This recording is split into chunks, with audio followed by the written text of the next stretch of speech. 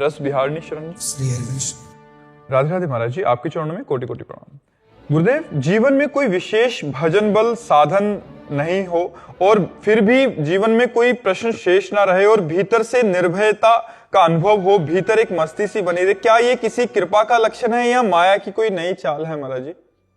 देखो, भजन छूटे तो हम कुछ नहीं मानते। हानि हरिवंश के नाम अंतर पड़े, लाभ हरिवंश उच्चरत वाणी। इस मन का कोई भरोसा नहीं कि कब शांत है, कब अशांत है, कब ये निर्विषय हो, कब ये विषय है। बड़े बड़े सिद्धों को धोखा दे जाता है ये मन। इसलिए हमारे मन का थर्मामीटर कि ठीक है कि नहीं, भगवद स्मरण है। अगर हमारा भगवद स्मरण चल रहा है तो सब ठीक है। कहे हनुमंत विपत्ति प्रभु सोई, जब तो सुमिरन भजन न होई। निर्भयता तो आतंकवादियों को भी है, ये निर्भयता नहीं चाहिए। मृत्यु से तो कितने लोग निर्भय हैं, मृत्यु को कुछ समझते ही नहीं, अपने को मारने के लिए तैयार हैं। ये निर्भयता नहीं। जिसमें भगवत स्मरण चलता है और भगवान के बल से सब कुछ विस्मरण हो गया, वो खास बात है। समझो हमारी बात को। तो इसलिए भजन तो खास होता नहीं है, फिर हम खास कुछ नहीं है। खास चीज तो वही है ना, भजन। किसका प्रश्न है? खास चीज भजन है। अगर भजन नहीं है तो भजन, निरंतर भजन। तद विस्मरणेन परम व्याकुलते। प्रभु का विस्मरण होने पर व्याकुलता पैदा हो जानी चाहिए। तो सत्वगुण के लक्षण है दया, शांति, निर्भयता, ये दैवी संपदा के लक्षण है। ये हमको इससे क्या तात्पर्य है? जो हमारा उद्देश्य है वो है निरंतर भजन। राधा राधा राधा श्री, हर श्वास प्रश्वास पे होती रहे। ये ऐसी निर्भयता कोई खास अभी नहीं है। और हमारा थर्मामीटर ही अध्यात्म का है भजन स्मरण। यश्च स्मरण मात्रेण जन्म संसार बंधनात् विमुच्यते, नमस्तस्मै विष्णवे प्रभु विष्णवे। जिनका स्मरण मात्र संसार सागर से मुक्त कर देता है।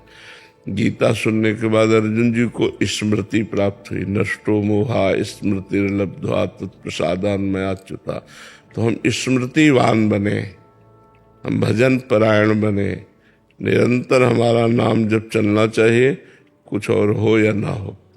खास बात नाम जप है, इस पर ध्यान देते रहिए, इसको बढ़ाते रहिए। और तो सतोगुण के लक्षण हैं। सतोगुण में महान लक्षण प्रकट होते हैं, लेकिन उन लक्षणों का भी त्याग करके उनसे भी दिव्य लक्षण जो है त्रिगुणातीत स्थिति प्राप्त करनी होती है। वो भजन से होगी। अगर भजन खास नहीं तो बात नहीं।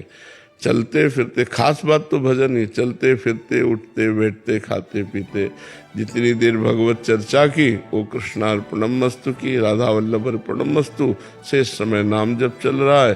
कोई मिला तो सात्विक भाषा से हमने वार्ता कर ली, नहीं मौन नाम जप चल रहा है। ये साधना है। तो साधन परायण रहो। भजन ही खास है और कुछ खास नहीं। पूरे जीवन का सार यही है भजन। पूरे संतों की वाणी का सार यही भजन। सब शास्त्रों का सार यही भजन। वारी मथे घत होए बर सिकताते बर तेल, बिनु हरि भजन न भवतरिय, या सिद्धांत पेल। हरिवंश नाम बिसरै न छिन, श्री हरिवंश सहाय भल। हरिवंश नाम बिसरै न छिन। एक क्षण के लिए नाम विस्मरण न हो तो हरिवंश की सहायता हो रही है, हमारा काम हो जाएगा।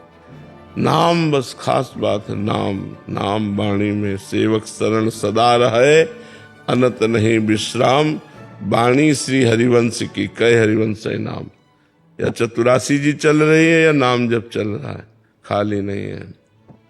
जब भगवत चर्चा कर रहे तो वो भगवत अर्पण कर दिया। शेष समय नाम वाणी में ही हमारा समय जाना चाहिए। समझ पा रहे हो आप? अशोक अग्रवाल जी आगरा से। श्री हरिवंश महाराज जी, महाराज जी, दुख आने पर साधक को कैसी भावना रखनी चाहिए? पहली बात तो ये कि हमारे प्रारब्ध का ही भोग है। जो अशुभ कर्म है उनके परिणाम से दुख की प्राप्ति होती है, और जो शुभ कर्म है उनसे सांसारिक सुख की प्राप्ति होती है। शुभ और अशुभ दोनों को नष्ट करने के लिए मानव जीवन मिला है, तो दुख को भोग करके नष्ट कर दें और सुख को बांट करके, जैसे हमें सुख मिला है उसे बांट करके, और दुख मिला है तो उसे भोग करके नष्ट। अवश्य में भोक्तव्यम कृतम कर्म शुभाशुभम। तो उस समय विचार करना चाहिए कि हमारे प्रारब्ध जो गंदे प्रारब्ध हैं, जो अशुभ प्रारब्ध है, वो निपट रहे हैं। भगवान की बड़ी कृपा है, अब मैं पवित्र हो रहा हूँ, मैं स्वच्छ हो रहा हूँ, पर ये तभी सार्थक होगा जब नाम जप चल रहा होगा। तो प्रभु का प्रताप, कृपा, प्रसाद अगर हमारे ऊपर है तो हम बड़े से बड़े दुख को आनंद पूर्वक काट सकते हैं। और यदि प्रभु से नहीं जुड़े तो निगेटिव विचार और दुख ये हमको नष्ट कर देंगे, हमको जला देंगे। दुख है और नकारात्मक सोच है, दोनों मार रहे हैं। दुख है और सकारात्मक सोच है तो हम बच जाएंगे। दुख में यदि हमारी बड़ी कृपा भगवान की, दुख देकर भगवान हमको पवित्र कर रहे हैं। अब आगे हमारा मार्ग जो है निष्कंटक होता चला जाएगा। और दुख को सहने की सामर्थ्य नाम जप से आती है। देखो, दुख प्राकृतिक ही आता है, कोई चिदानंद तो होता नहीं, प्राकृतिक ही होता है। शरीर में पीड़ा, शरीर में रोग, परिवार में विपत्ति, मरण, जन्म, जो भी संसार में लाभ हानि, ये दुख होते हैं। और क्या दुख होता है? सांसारिक ये दुख होते हैं। तो प्रकृति जन्य दुख है और परमात्मा जन्य आनंद है, तो बहुत बड़ी बात है ना। तो प्रकृति जन्य दुख अपना प्रभाव तब तक डालता है जब तक हम परमात्मा से जुड़ते नहीं हैं। हनुमान जी ने विपत्ति को विपत्ति ही नहीं माना, भगवद विस्मृति को विपत्ति माना। कहा हनुमंत विपत्ति प्रभु सोई, जब तो सुमिरन भजन होई। अगर भगवान का स्मरण, भगवान का भजन चल रहा है तो निश्चित मानो आप बड़ी बड़ी विपत्तियों को पार कर जाएंगे, बड़ी बड़ी विपत्तियों को। हमने खुद देखा है आंखों से, इतने पैर में कम से कम लाखों कीड़े। मतलब वो सीन हमारे सामने जैसे हम वार्ता कर रहे हैं और वो एकदम शांत और मुस्कुराते हैं। यही हितधाम में हम रहते थे तो एक पैर के बल लंगड़ा के चल रहे तो कीड़े टपक रहे थे, इतने कीड़े थे और मुस्कुरा रहे थे। जब बात करो तो ऐसे नॉर्मल बात कर रहे, उनका गजब हो गया यार। एक चींटी काटे तो यहाँ बेचैनी पैदा हो जाएगी, लाखों कीड़े चुन रहे हैं उसके मांस को और उसमें कोई फर्क नहीं है। उनका ये भगवान। और विरक्त भोजन मिला तो ऐसे भोजन पा रहे नॉर्मल आदमी की तरह, ऐसे बस निकलता था, मतलब और सहज में सहज। हम मतलब देख के हमें घंटों सहम गए हम देख करके कि यार ऐसी स्थिति कि लाखों कीड़े पैर को जिंदा चुन रहे हैं और वो आदमी खान पान और मुस्कुरा रहा है, बात कर रहा है। भगवान में बड़ी सामर्थ्य है। सावई मनः कृष्ण पदारविंदयो। यदि मन हमारा भगवान के चरणारविंद में लगा है और तन दुखी है तो कोई फर्क नहीं, और यदि मन भी तन में लगा हुआ है तब तो फिर बड़ी समस्या है। फिर तो देखो पूरा संसार व्याकुल है इसी। तो अपने मन को प्रभु में लगाकर दुख को हम सहें, वो हमारा आगंतुक प्रारब्ध है, जो पूर्व में किया हुआ कर्म अशुभ है उसी का फल है। मितेश जी मुंबई से। श्री हरिवंश। श्री हरिवंश महाराज जी, गुरुदेव भगवान, वृंदावन और निज वृंदावन में क्या अंतर है? वही प्रेमानंद और निज प्रेमानंद में क्या अंतर है? अब इसमें पहली बात तो कोई अंतर नहीं है, और दूसरी बात अंतर है कि जिसे हम प्रेमानंद मानकर शरीर देख रहे हैं वो प्रेमानंद नहीं है।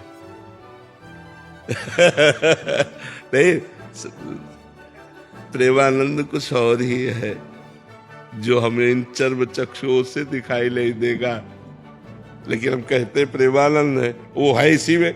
इसलिए ऐसे करना कोई झूठ नहीं हुआ, और जब हम उसका विच्छेद करें, व्याख्या करें उसकी, तो वो अलग भी है। वो वही है और वो उससे अलग भी है। जैसे विराट रूप कौन है? श्री कृष्ण। लेकिन श्री कृष्ण को देखते हुए क्या विराट को देख लिया क्या? उसके लिए भगवान ने दिव्य दृष्टि दी। श्री कृष्ण भगवान के संग अर्जुन रहते हैं, खाते हैं, पीते हैं, सोते हैं, जागते हैं, घूमते हैं, हंसी मजाक करते हैं। लेकिन क्या विराट स्वरूप को देखा उन्होंने? जब भगवान ने अपना विराट रूप दिखाया, तुमादिदेवा पुरुषा पुराणा तुमस्य विश्वस्य परम निधानम वेत्तासि वेद्यम परमं च धाम त्वया ततम विश्वमनंत रूपम वायुर्मोग्निर्वरुणा शशांका प्रजापतिस्त्वं प्रपितामहश्च नमो नमस्ते सुशास्त्र कृतव्या पुनश्च भूयोपि नमो नमस्ते। अर्जुन कांप गए, नहीं कांप गए? समझ रहे ना? ऐसे प्रगट वृंदावन और निज वृंदावन यही है, यही वृंदावन है। लेकिन जब वो दिव्य चक्षु दिए तब भगवान के विराट स्वरूप को देख पाए। ऐसे ही प्रगट पांच भौतिक मायाकृत जो वृंदावन है वो तो हम देख रहे हैं, लेकिन इसी में चिदानंद वृंदावन है। वो गुरु कृपा से, रसिकों की कृपा से, चश्मा नित्य बिहार को दियो बिहारिन मोय। भगवत ऋषि जी कहते दिव्य वृंदावन देखने के लिए एक चश्मा मिलता है। वो चश्मा बिहारिन जू, किशोरी जू, क्या प्रेम दृष्टि। वो प्रेम दृष्टि से ओ दिव्य वृंदावन, जहां की लता के पत्ते के तेज के बराबर वैकुंठ का तेज भी नहीं है। वृंदावन दुति पत्र की उपमा को कछुनाए, कोटि कोटि वैकुंठ हो तेसम कहे न जाए। रज की तुल वैकुंठ नहीं और लोक की हिमाय। वृंदावन की लता सम कोटि कल्प तरुणा है, रज की तुल वैकुंठ नहीं और लोक की हिमाय। लता लता सब कल्प द्रुम पारिजात सब फूल, और वृंदावन जहां प्रिया प्रीतम। अच्छा, ये तो वृंदावन की शोभा, और वृंदावन में विहरण करने वाले युगल सरकार, आप सोच लो, जहां जिनका बन ऐसा सुंदर दिव्य चिदानंद, तो वो कैसे, और उनका प्रेम विलास कैसा। तभी तो ये दुर्लभ वस्तु है। जब कृपा करते हैं वृंदावन, वृंदावन रजरानी, तब वृंदावन और प्रिया प्रीतम की तरफ हमारा मन जाता है। कहाँ हम नरक तुल्य भोगों में फंसे हुए, कहाँ चिदानंद रस बरस रहा है। तो है यही वृंदावन, पर इन नेत्रों से नहीं देखा। ये नेत्रों की क्षमता केवल माया देखने की है। इसमें इन नेत्रों से त्रिगुणमयी माया को देख सकते हैं। मानस में जब प्रेम नेत्र प्रकट होते हैं तब हम दिव्य वृंदावन को देखते हैं, और बुद्धि में जब ज्ञान नेत्र प्रकट होते हैं तब हम आत्मस्वरूप का साक्षात्कार कर पाते हैं। सागर जी मुंबई से। राधे महाराज जी। राधे राधे महाराज जी। महाराज जी, ग्रस्त संसारी मनुष्य के जीवन में जनक महाराज जी जैसे निर्मोही स्थिति कैसे और कब बनती है? देखो, पहली बात तो जनक जी कोई कर्म बंधन से युक्त मनुष्य साधना करके ज्ञान को प्राप्त हुआ हो, ऐसे वो नहीं है। वो ज्ञान मूर्ति ही है। वो विदेह राज है। विदेह ही नहीं, विदेह राज है। और सियाजू के पिता हैं। जितनी विद्याएं हैं, जितनी शक्तियां हैं, वो सब सियाजू से ही प्रकट हुई हैं। भगवान श्री राम जी ही अपने श्रीमुख से मनु जी को बोल रहे हैं, आदि शक्ति जेहि जग उपजाया, सो अवतरी मोरिया माया। जिसने समस्त जगत को उपजाया है वो आदि शक्ति। ये तो जिनके यहाँ समस्त विद्याओं का स्वरूप, समस्त शक्तियों का स्वरूप अंशी अंश है, सब स्वयं सियाजू प्रकट हो रही, वो मनुष्य तो है नहीं। और जिनके शिष्य श्री सुखदेव जी जैसे परमहंस हैं, वो कोई साधना से सिद्ध हुए ज्ञानी पुरुष नहीं है। साधना की और सिद्ध ज्ञानी हो गए, वो ऐसे नहीं है, वो ज्ञान का स्वरूप है। श्री सुखदेव जी जैसे परमहंस जिनको गुरु रूप में वर्ण किया, वो ज्ञान मूर्ति है, केवलम ज्ञान मूर्ति। वो ब्रह्मानंदम परम सुखदम केवलम ज्ञान मूर्ति, द्वंद्वातीतम गगन सदसम तत्वमस्यादि लक्ष्यम, एकम नित्यम विमल अचलम सर्वधि साक्षिभूतम भावातीतम त्रिगुण रहितम सदगुरुम तम नमामि। ऐसे सदगुरु स्वरूप से जनक जी महाराज हैं। तो हम जनक जी जैसी स्थिति तो प्राप्त नहीं कर सकते, क्योंकि वो ज्ञान मूर्ति है, केवलम ज्ञान मूर्ति। हम पांच भौतिक शरीर से साधना करेंगे, सूक्ष्म शरीर को पवित्र करेंगे, कारण शरीर को पवित्र करेंगे, फिर निर्लेप होकर अपने स्वरूप में स्थित हो जाएंगे। लेकिन उसकी भी भूमिकाएं हैं। आप कितना निर्लेप हो रहे हैं। इस कोटि का महापुरुष विदेह राज कहे गए, उनके चेला की महिमा देख ले। 16 वर्ष की अवस्था है, दिगंबर है और ब्रह्मबोध संपन्न है। तो हमें क्या करना है? हमें जनक जी से कृपा प्राप्त करनी है और उनसे प्रार्थना करनी है कि हमें ऐसा ज्ञान हो जाए कि मैं अपने शरीर और शरीर संबंधी भोग और शरीर संबंधी रिश्ते नातेदारों से निर्लिप्त रहूं। इतना ही हमें प्रसाद मिल जाए। निर्लिप्त होकर या तो भगवान की भक्ति करें या आत्मस्वरूप के ज्ञान में स्थित हो जाए। हम जनक जैसे, हम मीरा जैसे, हम प्रहलाद जैसे 5 वर्ष के बालक प्रहलाद जी, कितनी ऊंची स्थिति है। तो ये जन्मजात सिद्ध महापुरुष हैं। अब जैसे सनकादि जैसे हम बन जाएं, हम नारद जी जैसे, ये जन्मजात सिद्ध पुरुष है। हम कर्म बंधन से युक्त हैं। साधना के द्वारा कृपा हो गुरुजनों की तो कर्म बंधन से मुक्त हो जाए, बस इतनी बात है। इनके जैसे तो ये तो सृष्टि के उदाहरण हैं। महाराज जी, वैसी स्थिति एक जीव जो जीव दशा से प्रकट हुआ उसकी नहीं आ सकती ऐसी दशा? भगवान कृपा करें तो दुर्लभ नहीं है, क्योंकि सब स्थितियां मनुष्य के लिए लेकिन बहुत कठिन है, बहुत कठिन है। जो भगवान ने कर दिखाया वो मनुष्य कर पावे असंभव है। जैसे भगवान ऋषभ देव जी ने परमहंसचर्या दिखाई, अवधूतचर्या दिखाई, भागवत में वर्णन है। अब वो कोई मनुष्य कर पावे? अपने ही मल में लौट रहे हैं, अपने ही सोच किया उसी में लौट रहे हैं और योजनों सुगंध फैल रही उसकी, इतने परम। अब वो भगवान के अवतार है ना ऋषभ देव।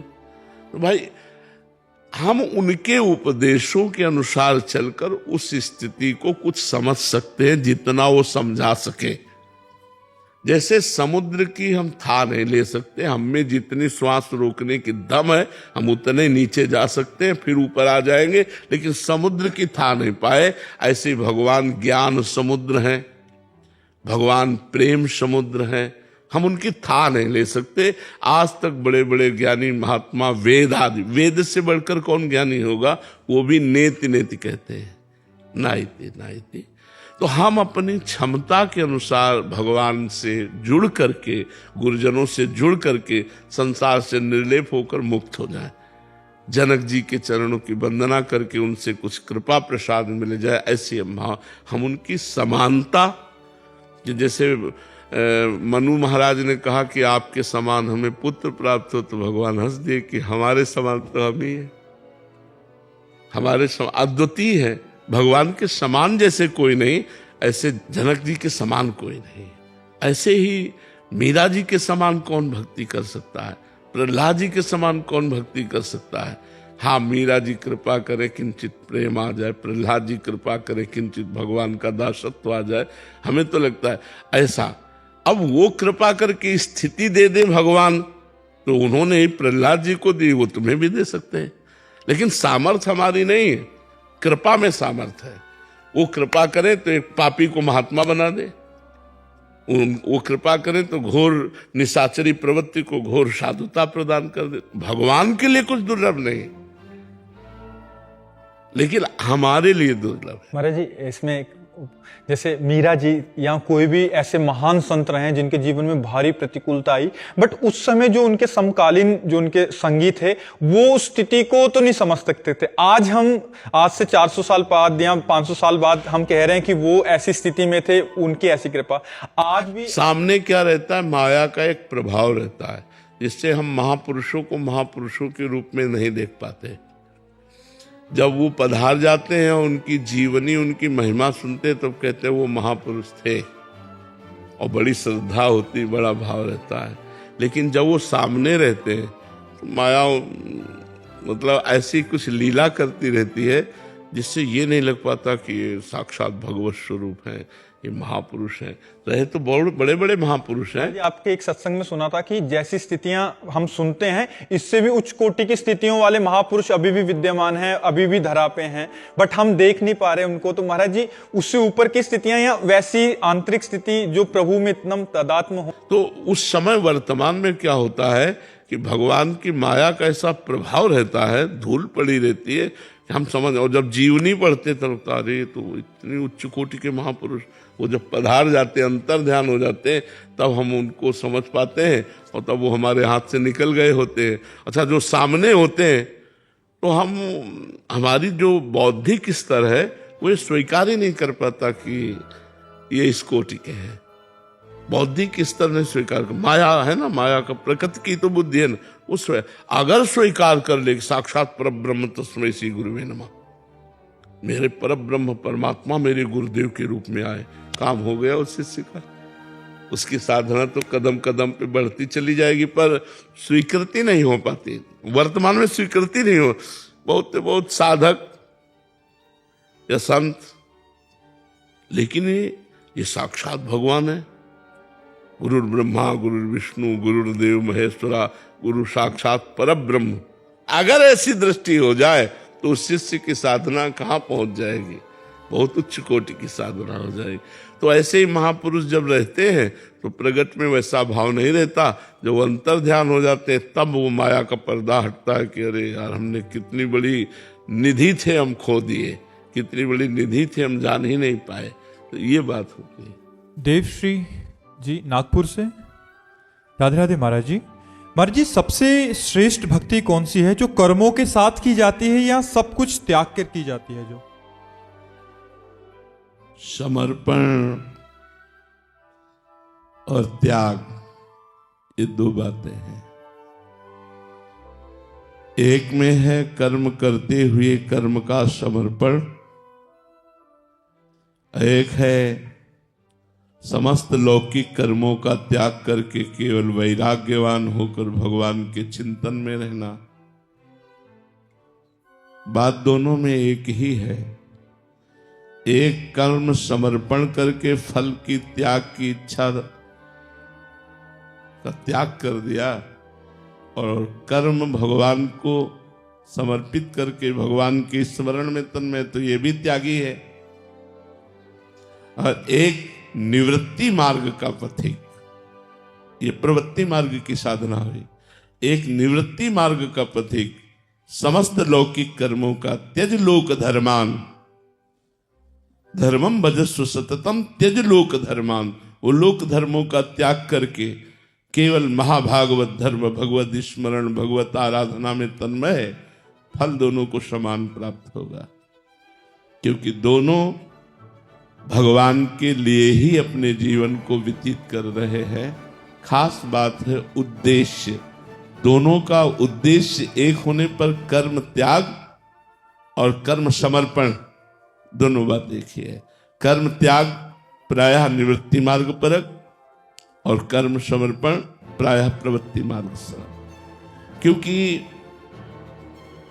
जब तक हमारी चित्त वृत्ति प्रभु में नहीं लगेगी तब तक हमारा सब व्यर्थ है।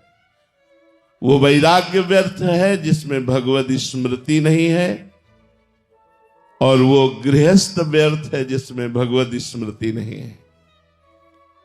भगवत स्मृति ही खास बात है।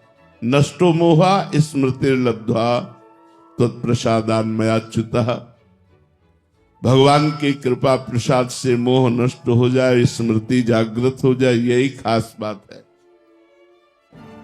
ये तो सर्वाणि कर्माणि मयि सन्न्यस्य मत्पराः अनन्येनैव योगेन माम ध्यायन्त उपासते।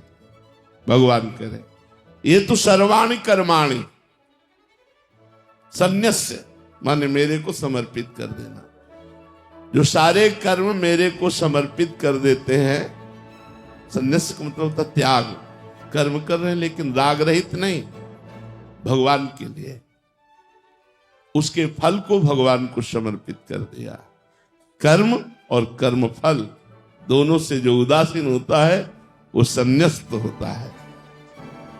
ये तो सर्वाणि कर्माणि मयि सन्न्यस्य मत्पराः, लेकिन मेरे परायण होकर कर्म करे और उस कर्म को मेरे को समर्पित कर दे। अनन्येनैव योगेन माम ध्यायन्त उपासते, जो अनन्य योग से मेरा ध्यान करते, मेरी उपासना करते, तेषाम् अहं समुद्धरता मृत्यु संसार सागरात्, इस मृत्यु संसार सागर से मैं स्वयं उनका उद्धार करता हूं। तो बात है भगवत प्राप्ति की, और दोनों को भगवत प्राप्ति होगी, इसलिए दोनों अपनी अपनी जगह श्रेष्ठ है। कर्म समर्पण भी और लोक धर्म का त्याग भी, भागवत धर्म में जो स्थित है, दोनों अपनी अपनी जगह ठीक है। इसलिए निवृत्ति और प्रवृत्ति मार्ग बनाया गया। किसका प्रश्न है? समझ में आई बात? गुड्डू कुमार जी पटना से। राधा वल्लभ श्री हरिवंश महाराज जी, गुरुदेव भगवान, इस झूठे संसार में सोया हुआ व्यक्ति कौन है और जागा हुआ कौन है? जिसकी दृष्टि में संसार नहीं है, केवल भगवान है, वो जगा हुआ है। जिसकी दृष्टि में स्त्री और पुरुष और नानात्व, तो वो सोया हुआ है। जगे हुए पुरुष को जैसे स्वप्न मिथ्या भासता है, ऐसे हुए जगे हुए पुरुष को संसार मिथ्या भासता है। उमा कहाऊं मैं अनुभव अपना, सत हरि भजन जगत सब सपना। जैसे स्वप्न मिथ्या होता है, ऐसे ब्रह्म सत्यम जगन मिथ्या। ये जगत का नानात्व जिसकी दृष्टि से खत्म हो चुका है, एकमात्र सर्वम खलमिदम ब्रह्म ने नानास्ति किंचन, सर्वत्र केवल ब्रह्म ही ब्रह्म, बस वो जगा हुआ है। जिसे जड़ चैतन्य स्त्री पुरुष अच्छा बुरा दिखाई दे रहा है, वो सोया हुआ पुरुष है। समझ पाए जी? चिराग जी, राधे राधे महाराज जी। महाराज जी, भक्त के लिए भगवान के निकट जाने में सबसे बड़ी बाधा क्या है? बाधा ही बाधा है, एक दो तो बताए। बाधा ही बाधा है बच्चा। शरीर से राग होना मुख्य बाधा है। प्रधान बाधा शरीर से राग होना, द्वितीय बाधा शरीर संबंधी भोगों में राग होना, तृतीय बाधा शरीर संबंधी रिश्ते नातेदारों में राग होना, और फिर काम क्रोध लोभ मोह मद मत्सर ईर्ष्या द्वेष। बड़ा प्रपंच है बच्चा।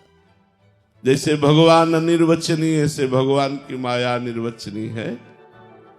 ये सब बाधा ही बाधा है। बस राधा राधा रटने लगो तो कोई बाधा नहीं।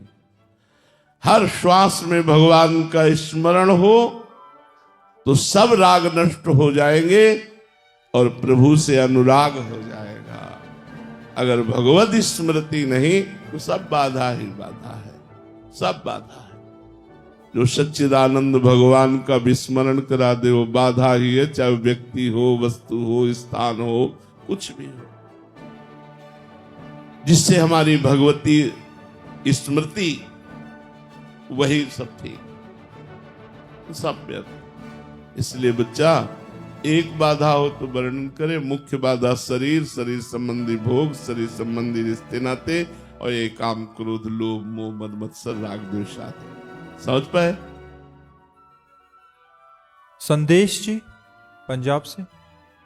राधे राधे महाराज जी। महाराज जी, आपके चरणों में कोटि कोटि प्रणाम। गुरुदेव भगवान, गुरु के चरणों की निज सेवा पूर्व जन्म के कर्मों से होती है या कृपा से होती है, कोई कोशिश करने से होती है? ना कोशिश से होती है, ना पूर्व जन्मों के कर्मों से होती है, केवल कृपा से होती है।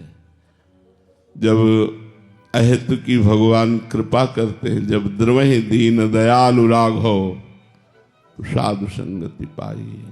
जब भगवान द्रवित होते हैं तो संग मिलता है, उपदेश सुनने को मिलते हैं, उस पर चलने का सौभाग्य मिलता है। इसके ज्यादा और जब भगवान प्रसन्न होते तब उनके अंग संग की सेवा मिलती है। संत महापुरुषों गुरुजनों की अंग संग सेवा मिलना ये साक्षात इष्ट के सेवा की समानता है। जो इष्ट है वही गुरु है, जो गुरु है इष्ट है। मान लो इष्ट सेवा मिल गई तो गुरु सेवा मिल गई, गुरु सेवा मिल गई तो इष्ट सेवा मिल गई। अगर गुरु के अंग संग में है तो अपने इष्ट के संग में है। और उनके सौभाग्य का क्या वर्णन, जो गुरुदेव के वस्त्र प्रक्षालन करते हैं, गुरुदेव को स्नान कराते हैं, गुरुदेव को भोजन पवाते हैं, आज्ञा के लिए हाथ जोड़े खड़े रहते हैं, उनका तो जीवन धन्य हो गया। पर ये कृपा से मिलता है, ये कर्मों के परिणाम से नहीं या कोशिश से नहीं मिलता, ये कृपा से मिलता है। जब प्रभु कृपा करते हैं तब ये सौभाग्य प्राप्त होता है। अमोल जी, राधे राधे महाराज जी। महाराज जी, भगवान के लिए मेरे मन में जो तड़फ या बेचैनी होनी चाहिए वो नहीं है, जैसे किसी इंसान के प्रति होती है। महाराज जी, ऐसा क्या करूं कि गुरुदेव भगवान श्री कृष्ण के प्रति अमोघ प्रेम या ऐसी तड़पन बेचैनी हो जैसे सामान्य जन के लिए हमारे हृदय में? हाँ, इसमें दो कार्य प्रधान। पहला कार्य भगवान का नाम निरंतर जप करना, निरंतर। और दूसरा अधिक समय भगवान की कथाएं सुनते रहना। भगवान की कथा सुनने मात्र से हृदय बहुत पवित्र हो जाता है और भगवान में अनुराग होने लगता है।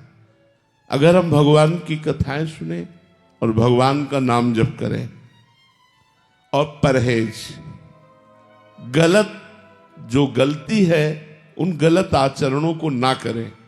यदि हम पापाचरण करेंगे और भजन भी करेंगे तो फिर भगवदानंद का अनुभव नहीं होगा। ये पापाचरण का त्याग करके, क्योंकि जब पाप होगा वो भजन में अरुचि पैदा कर देगा।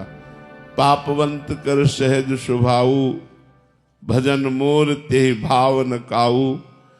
यदि पाप हमारे द्वारा होने लगे तो भजन में अरुचि हो जाएगी, भगवान बहुत दूर से नजर आने लगेंगे, संसार सत्य लगने लगेगा, भोग सुखद लगने लगेंगे। इसलिए उपासक को चाहिए कि पापाचरण का त्याग करके भगवान के लिए अनुराग प्राप्त करने के लिए उनकी लीला कथा सुने, नाम संकीर्तन करे, नाम जप करे और भक्तों की सेवा करे। भगवान अपनी सेवा से भी अधिक प्रसन्न होते हैं भक्त सेवा से। यदि संत भक्तों की सेवा बन जाए तो बहुत जल्दी भगवद अनुराग प्रकट हो जाए। बिना भगवान के दासों की कृपा हुए साधन करने पर भी अनुराग उत्पन्न नहीं होता। जब भगवान के किसी अनुरागी संत का, किसी रसिक संत, किसी भगवत प्रेमी महात्मा का संग मिल जाए, इसीलिए गोस्वामी जी ने कहा, तात स्वर्ग अपवर्ग सुख धरी तुला एक अंग, तूल न ताय सकल मिली जो सुख लव सत्संग।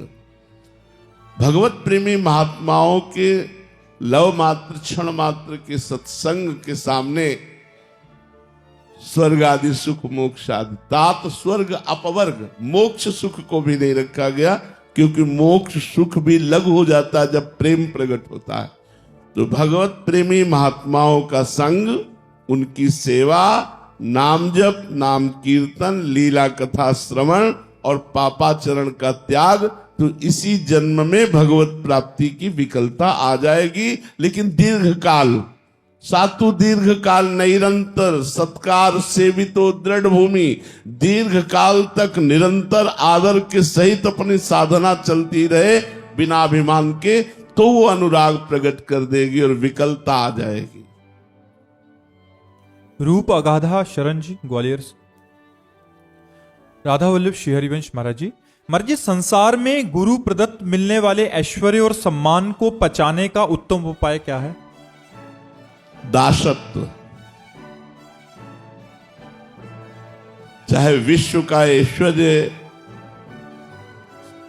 हमें गुरुदेव दे दे तो संपत्ति किसकी? गुरुदेव की। कभी मुनीम को अहंकार होता है क्या? जो मुनीम होता है उसको तो हर समय ये बात रहती कि ये मालिक का है, मेरा तो है नहीं। तो बैठा गद्दी में होता है, लेकिन उसको पता है मैं केवल मुनीम हूं, मैं मालिक नहीं हूं। ऐसे ही सब संपत्ति रघुपति कया ही, नाथ सकल संपदा तुम्हारी, मैं सेवक समेत सुत नारी। विश्व का वैभव भी यदि गुरुदेव दे देते हैं तो उसमें हमें कोई परेशानी नहीं होगी, क्योंकि हमारा दासत्व पुष्ट है। स्वामी गुरुदेव, मैं उनका दास, वैभव गुरुदेव का, और उसका सेवा के द्वारा जहां जैसी सेवा है धर्म पूर्वक उसका व्यवस्था करना हमारा कार्य है, भोग कार्य नहीं है। हम उसके स्वामी या भोक्ता नहीं है, हम सेवक हैं।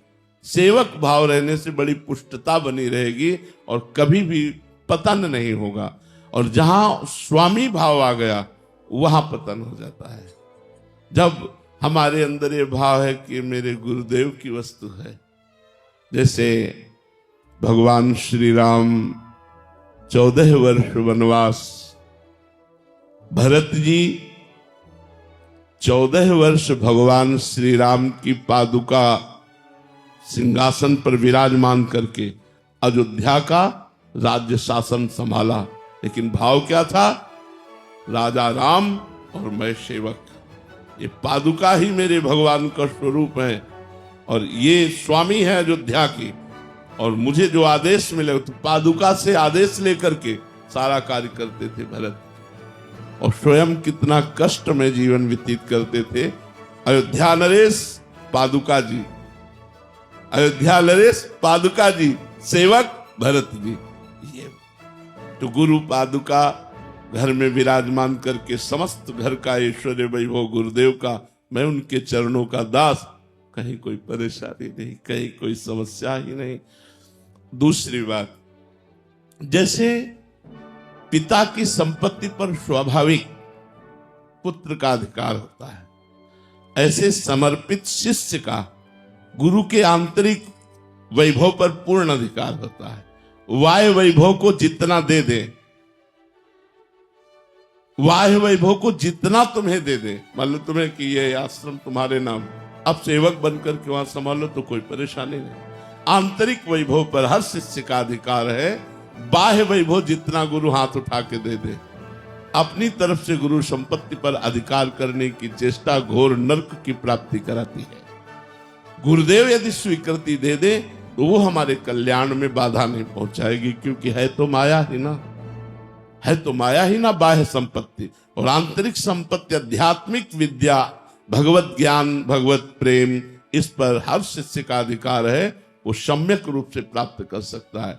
बाह्य संपत्ति जितना गुरु हाथ उठा के दे दे, उसे स्वामी का प्रसाद समझकर स्वयं सेवक बन करके चले तो कोई हानि नहीं। महाराज जी, बाह्य संपत्ति का मतलब उसकी सेवा कार्य कैसे करें जिस शिष्य को वो अधिकार प्राप्त? मुनीम की तरह, जैसे मुनीम होता है ना, तो पूरी फैक्ट्री चल रही है, लेकिन हानि और लाभ मालिक का। हमारा काम है पूरा, बेईमानी नहीं होगी, हम हर चीज की नाप तौल, हर चीज के लिखित सब कार्य है। तो ऐसे ही गुरु आश्रम है, हम केवल सेवक है। हमारा कार्य इसकी व्यवस्था करना, इसका सुचारू रूप से संचालन करना। स्वामी गुरुदेव हैं, मैं सेवक हूं, और सेवक की भांति यदि दैन्यता से रहे तो इन आश्रमों की सेवा आदि से सीधे भगवत प्राप्ति हो जाएगी। क्योंकि अतिथि सेवा, समाज सेवा, भगवत सेवा, ये सब भगवान की सेवा है। जैसे मानो एक आदमी सुबह से भजन करता है और एक आदमी हजारों लोगों को हाथ जोड़कर बैठा हुआ है, भाई साहब आप यहां बैठ जाइए, आप यहां बैठ जाइए, आप यहां बैठ जाइए। अब वो माला तो चला नहीं रहा है, वो हजारों आदमियों की, तो वो क्या है, वो गुरु आज्ञा पर तत्पर होकर समाज रूपी भगवान की सेवा कर रहा है, उसे भगवत प्राप्ति होगी। माला चलाने वाले को तो अहंकार हो सकता है कि मैं इतने माला जपता हूं, लेकिन उससे पूछो भजन तो क्या भजन, हम तो गुरु सेवा में लगे रहते हैं, हमसे तो कोई भजन साधन होता नहीं, हमारे तो गुरुदेव की कृपा ही केवल है। तो मोक्ष मूलम गुरु कृपा, उसका पहले कल्याण होगा। महाराज जी, ये तो था कि जिसमें हमें भान है कि गुरुदेव की संपत्ति और उसका हम मुनीब की तरह, ऐसे ही अपने घर की संपत्ति को समझना चाहिए। बात यही होनी चाहिए, नाथ सकल संपदा तुम्हारी, मैं सेवक समेत सुत नारी। हमारे स्वामी का वैभव है तो सब ऐश्वर्य हमारा है, लेकिन हमारा पर्सनल कुछ नहीं है, हमारे प्रिया प्रीतम है। महाराज जी आपका आंतरिक भाव क्या क्या रहता है? क्योंकि नौकर, मैं नौकर हूं, मैं अपने स्वामी का सेवक हूं, ये मैं सेवा कर रहा हूं। जो आप प्रश्न, स्वामी प्रश्न करते हैं, सेवक उत्तर दे रहा है। ये जो दीक्षा आदि है, मैं एक नौकर की तरह करता हूं कि मैं सेवक हूं। प्रिया प्रीतम की बात आप तक, आपकी बात प्रिया प्रीतम, मैं तो सेवक हूं। प्रिया प्रीतम ने प्रेरणा किया तो दे दिया। स्वामी वो है, नौकर मैं कोई दाता थोड़ी, मैं कोई दानी थोड़ी, मैं केवल नौकर हूं। जैसे नौकर को इशारा करे ऐसा करो वैसा करो, तो वैसे स्वामी इशारा करते जा रहे हैं, सेवक सेवा करता जा रहा है। सब प्रणाम नमस्कार जय हो करते हैं, तब आपका आंतरिक भाव स्वामी को जा रहा है, सेवक को थोड़ी कोई प्रणाम कर रहा है। किसका सेवक है किसका सेवक? प्रणाम तो उनको हो रहा है ना। अगर हमको प्रणाम हो रहा होता, अभी पैंट शर्ट चश्मा लगा के हमें प्रणाम करके दिखाओ भाई। अगर हमें प्रणाम हो रहा है तो किसको प्रणाम हो रहा है? मेरे स्वामी को प्रणाम हो रहा है कि भगवान के दास है, इसी बात का तो प्रणाम हो रहा है। अगर हमें प्रणाम हो रहा हो तो स्वामी के दासत्व को उतारे और अभी आ जाए पैंट कोट में, बोला प्रणाम करो तो जाने। प्रणाम तो कर रहे हो, कंठी तिलक वेशभूषा देख कर कि भगवान के दास हैं, संत हैं, भगवान के जन है, तो हमको ये देखना है कि मेरे स्वामी को प्रणाम हो रहा है, ना कि मेरे को नहीं प्रणाम हो रहा, मेरे स्वामी को प्रणाम हो रहा है, मेरे प्रभु को प्रणाम कर रहे हैं। इनकी अपार श्रद्धा है जो भगवान के दास को ये देख कर के स्वामी का दास है, भगवान का दास है, ये प्रिया प्रीतम का निज जन है, वो प्रणाम कर रहे हैं, साष्टांग लौट रहे हैं। तो ये सब प्रिया प्रीतम को लौट रहे हैं, प्रभु को कर रहे हैं। गौरांश जी वृंदावन से, राधे राधे महाराज जी कृपया मार्गदर्शन करें कि साधक के लिए सेवा और भजन में से कौन सा साधन अधिक प्रधान होना चाहिए? दोनों, शरीर से सेवा और मन से सुमिरन। कायरपना नहीं, दोनों। मामनिस्मर युद्ध च, अर्जुन जी कहते हैं मैं सन्यास लेकर भजन करूंगा, और भगवान जी कहते हैं मामनिस्मर युद्ध च, युद्ध करो और मेरा स्मरण करो। तो युद्ध माने कर्म, अपना जो कर्म है वो करते हुए हम भगवान का स्मरण करें। वो सेवा कर्म चाहे शरीर संबंधी हो, चाहे गुरु संबंधी हो, चाहे परिवार संबंधी हो, चाहे इष्ट संबंधी हो, चाहे समाज संबंधी हो, सब में हम भगवत भाव से करते हैं। इसलिए सेवा और नाम जप दोनों प्रधान हैं, इनमें आप किसी को कम नहीं कह सकते। जैसे पंछी दोनों पंखों से आकाश की यात्रा करता है, ऐसे सेवा और सुमिरन, इन दोनों के द्वारा हम आध्यात्मिक की यात्रा करते हैं। सेवा नहीं तो सुमिरन अधूरा, और सुमिरन नहीं तो सेवा अधूरी। सेवा और सुमिरन दोनों होना चाहिए। निशु जी गुरुग्राम से, महाराज जी मैं ऐसा क्या करूं कि श्री जी को प्रसन्न कर लूं, वो एक नजर हम पे डाल दें? नाम जप। किसी की नजर अगर अपनी तरफ घुमानी हो तो उसको पुकारो। ऐसे ही हम पुकारे राधा राधा राधा, कभी तो आवाज हमारी पहुंच ही जाएगी। कभी आवाज प्यारी जी की तरफ पहुंच गई और उन्होंने हमारे ऊपर दृष्टि कर ली, निहाल हो जाएंगे, हम कृतार्थ हो जाएंगे। हम जो नाम जप करते हैं मानो पुकारते हैं राधा राधा। अभी आवाज पहुंच नहीं पा रही, जिस दिन पहुंच गई आर्त भाव से आवाज पहुंचती है प्रभु के कान में, आवाज वो सुनाई देती है। भगवान कहते हैं भाव बिन सुनी पुकारे मैं कभी सुनता नहीं, और भाव पूरी तेरी ही करती मुझे लाचार है। अगर हम भाव से प्रभु को पुकारे, ध्रुवदास जी ने लिखा है एक बार जिन नाम लिए हित सो होए अति दीन, हित सो होए अति दीन, ताको संग न छाणही ध्रुव अपनो कर लीन। शर्त है एक बार की आवाज पहुंच जाएगी उनके कान में। हित माने प्रेम, प्रेम से दैन्य भाव आर्त भाव में पुकारो राधा, तो एक ही आवाज में श्री जी सुन लेंगी।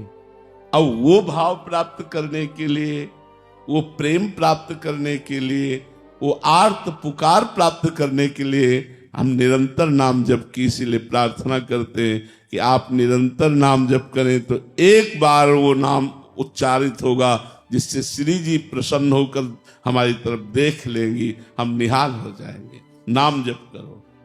ऋषिकेश जी, राधे राधे महाराज जी। महाराज जी, कुंडलिनी जागृत होना या समाधि लग जाना ये साधक की जीवन मुक्त अवस्था है या इससे आगे और भी कोई कुछ और अवस्था है? या देखो, हमें लगता है कि 9 लखा हार खरीदने की हमारी सामर्थ्य नहीं है और हम करोड़ों के हार की बात करें, ऐसी होगी ये चर्चा। क्योंकि आज कलिकाल में ऐसी साधना जिससे कुंडलिनी जागृत हो और समाधि को प्राप्त हो, कोई बिरला परमहंस महात्मा होगा। जब 3 घंटे सिद्धासन और पद्मासन में बिना हिले जड़वत बैठा हो और उसके श्वास के सामने आटा रखा जाए और वो उड़े ना, ऐसी सूक्ष्म श्वास हो गई हो, तब शुरू होता है कुंडलिनी का जागरण। कई घंटे पद्मासन में बैठते हैं। वो तभी कहा 9 लाख के खरीदने की ताकत ले, करोड़ों के हार की बात पूछे। अरे पूछो तुम्हारा मंगल कैसे होगा ना। हमें जाना बिहारी जी की तरफ और छठी करा के किलोमीटर गिने तो फायदा क्या होगा, क्योंकि इतनी सामर्थ्य कलियुगी प्राणी में जो संयम नहीं है, ब्रह्मचर्य नहीं है, तपस्या नहीं है, तो जहां कठोर आसनों में बैठने का अभ्यास पुष्ट नहीं हुआ। पूज्यपाद उड़िया बाबा 18 घंटे पद्मासन में एक आसन में बैठते थे, 18 घंटे। तो हमें लगता है कि हम वो चाल चले जिससे हमारा मंगल हो जाए। वही चाल नहीं है, और भी चाल है। जब साधक अपनी चित्तवृत्ति का निरोध करके, प्राणों को सूक्ष्म करके, मन को निसंकल्प करके परमात्मा में लगाता है तो उसकी समाधि लगती है। समाधि का तात्पर्य होता है जैसे सोया हुआ पुरुष है पर वो तमोगुण की निद्रा अवस्था है, ऐसे जगे हुए सुषुप्ति अवस्था में रहना। अगर आंख खुली है तो खुली है, पर वो सुषुप्ति अवस्था जैसी अवस्था है, उसको कुछ दिखाई नहीं दे रहा, कुछ सुनाई नहीं दे रहा, केवल परमात्मा में स्थिति। एक होती है संप्रज्ञात विचक्षणा समाधि, एक होती असंप्रज्ञात विचक्षणा समाधि अष्टांग योग में। समाधि आदि का अधिकारी तो पहले यम, नियम, प्राणायाम, प्रत्याहार, ध्यान, धारणा, समाधि। इसलिए हमने पहले कह दिया, क्योंकि अधिकारी पुरुष इसके बहुत कम हैं। अष्टांग योग के द्वारा परमात्मा प्राप्ति कर ले, ऐसे बहुत कम होंगे जो इन नियमों का पालन करें। सत्य, आस्तेय, अपरिग्रह, आस्ते माने चोरी न करना, अपरिग्रह किसी से कभी दान न लेना, ब्रह्मचर्य, निरंतर ब्रह्मचर्य, निरंतर ब्रह्मचर्य रहना। इन नियमों का जब पालन होता है तब प्राणायाम के द्वारा प्राणों को सूक्ष्म करना, रेचक, कुंभक, पूरक, पूरक, कुंभक, रेचक, ये जो 3 प्राणायाम पद्धतियां हैं, रेचक, कुंभक, पूरक। जैसे बाएं से खींचा रेचक, रोक लिया उससे दुगना, तो वो कुंभक, और फिर पूरक निकाला तब। अब ये कम से कम 10 सुबह, 10 दोपहर, 10 शाम, 30 प्राणायाम का अभ्यास करें। कितना करते हो नहीं जानते? अरे यार प्रश्न करो ऐसा जिससे तुम्हें लाभ मिले। अब तुम ऐसे प्रश्न का, अब तो बोलते चले जाएंगे, अब तुम्हें पता ही नहीं कि बोल क्या रहे तो मतलब फायदा क्या मिलेगा? ऐसी चर्चा से फायदा क्या जिसमें न तुम चल रहे हो और न समझ रहे हो? तो हम उसकी चर्चा करें तो आपको लाभ क्या मिलेगा? नहीं। तो हमें लगता है अपनी स्थिति के अनुसार चर्चा हो तो ज्यादा लाभ मिलेगा, क्योंकि सब यहाँ सदगृहस्थ और भगवत मार्ग में चलना चाहते हैं। कोई चल रहे हैं तो ऐसे ऐसे प्रश्न करो तो ज्यादा अच्छा रहेगा। देखो आप विरक्त होते, सन्यासी होते, तो हम बहुत दिल लगा के चर्चा करते और आर पार चर्चा उसकी होती। अब आप चल ही नहीं रहे उस मार्ग में, तो चर्चा क्या करें आप बताओ हमें। ज्ञान हो जाएगा। वो ज्ञान का मतलब क्या हुआ?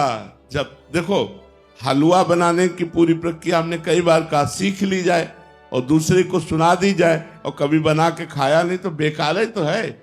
एक बार प्रक्रिया से हलवा बनाओ, खाओ, फिर प्रवचन करो, तब तो बात समझ में आवे।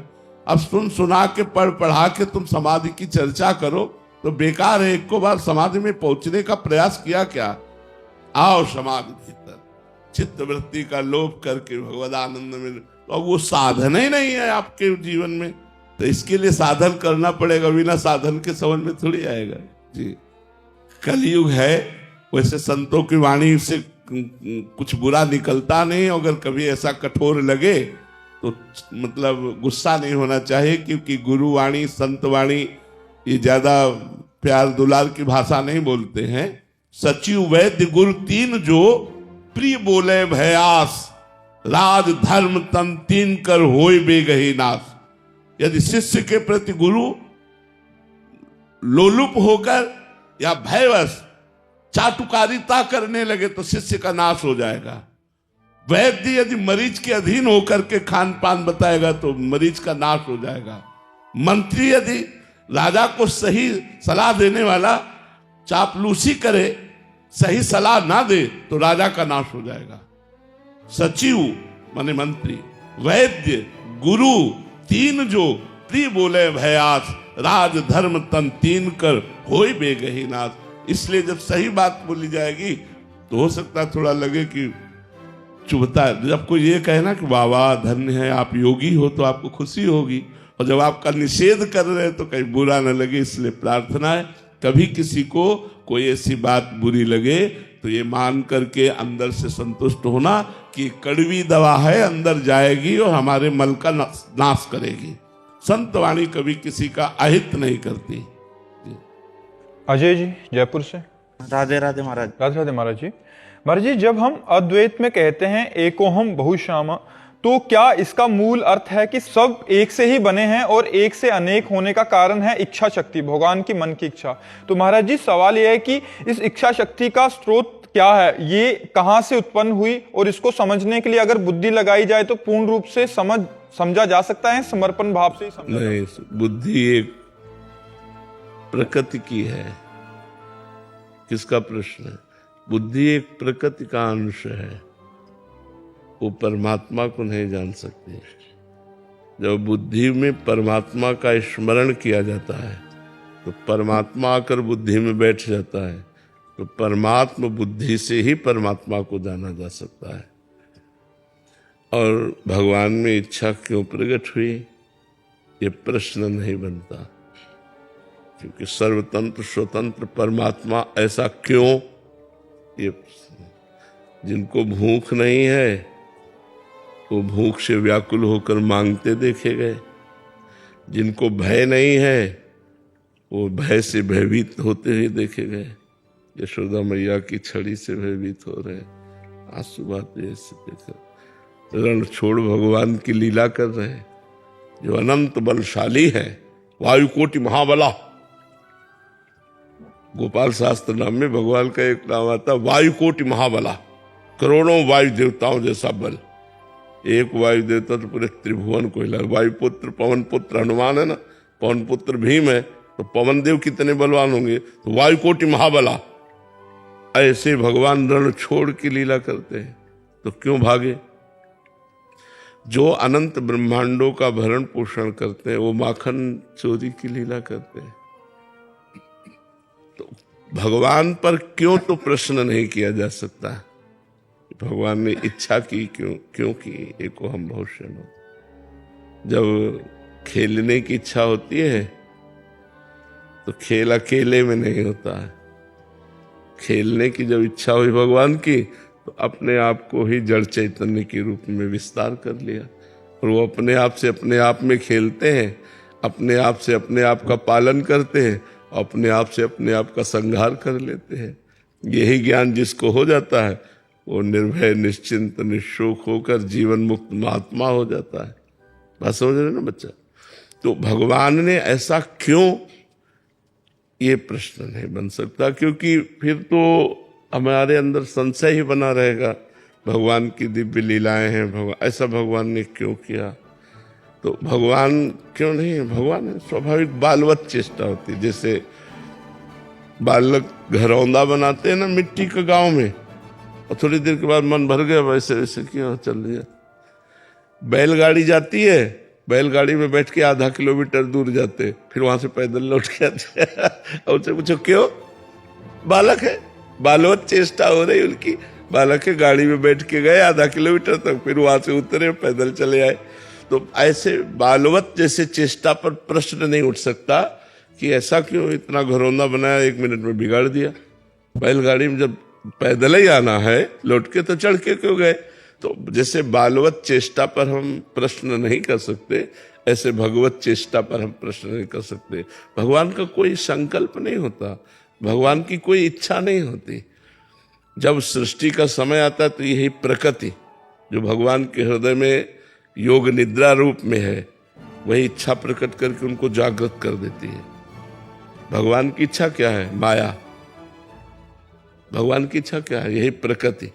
यही प्रकृति भगवान के हृदय में इच्छा उत्पन्न कर देती है, संकल्प बनता है, एको हम बहुश्यामा, मैं एक बहुत रूपों में हो जाऊं। ये सब पूरा विस्तार हो गया भगवान का। और जब संकल्प होता है कि मैं बहुश्यामा एको हम, तो सब समेट जाते संहार हो जाता है, सब महाप्रलय हो गई। अकेले योग निद्रा में भगवान शैल करते रहते हैं। महाराज जी, ईश्वर के आत्मसमर्पण से पहले अक्सर हमारे साथ तो ये होता है कि पहले बुद्धि लगाने लग जाते हैं हम, तो उसकी वजह से खूब लगाओ बुद्धि। जैसे मान लो मछली है तो समुद्र में तैरे तो खूब तैरे, उसके लिए बहुत है। तो भगवान ज्ञान समुद्र, कितनी बुद्धि लगाओगे? तो क्या लगाना चाहते हो बुद्धि? आप बताओ, हम आपकी बुद्धि को दौड़ बता दें। दौड़ो, क्या लगाना चाहते हो, कहाँ लगाना चाहते हो, क्या जानना चाहते हो, क्या पाना चाहते हो?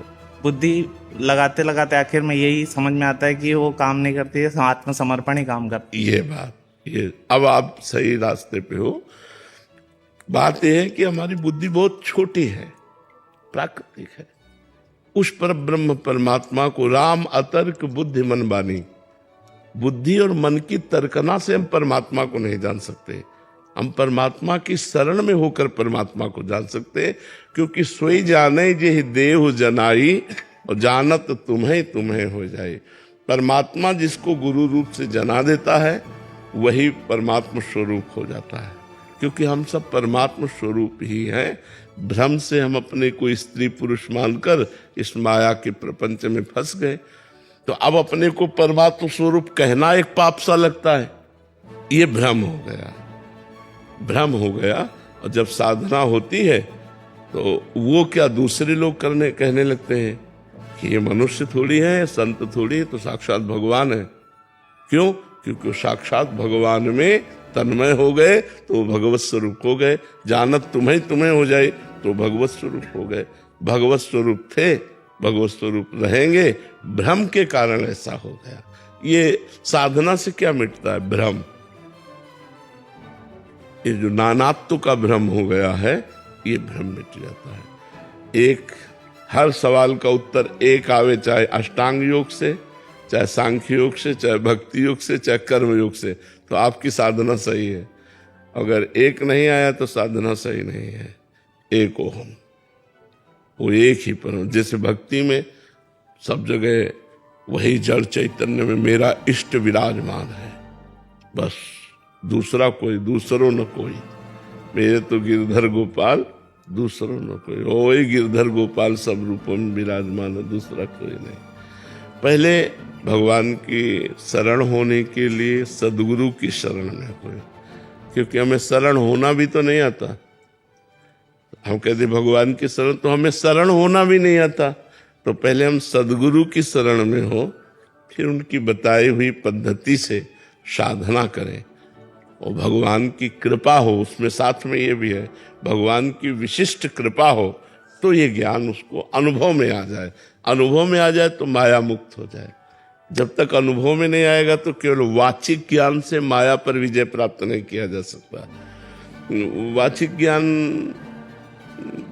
थोड़ा सा यह प्रणाम नमस्कार ये सब करवा सकता है कि आप थोड़ा ज्ञानी हैं, लेकिन उससे आपकी अंतरात्मा में विकारों का नाश, इंद्रियों पर विजय, मन पर विजय ये नहीं हो सकती। ये साधना से, आंतरिक ज्ञान से होती।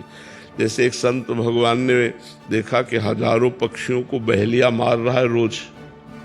वो जंगल में रहते थे तो वो हर बोली जानते थे, तो उन्होंने पक्षियों की बोली में पक्षियों को समझाया कि बहेलिया आएगा, दाना डालेगा, जाल बिछाएगा, फंसना नहीं। हजारों पक्षियों को सिखा दिया। जब लौट कर आए तो वो हजारों उसी जाल में फंसे कह रहे, बहेलिया आएगा, दाना डालेगा, जाल बिछाएगा, फंसना नहीं।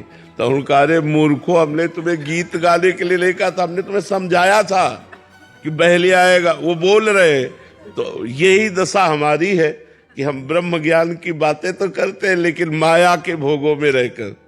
तो ये वो वाचिक ज्ञान से माया पर विजय प्राप्त नहीं होती, आध्यात्मिक ज्ञान से, आत्मज्ञान से माया पर विजय प्राप्त होती है, और वो होता है गुरु कृपा से। नायम आत्मा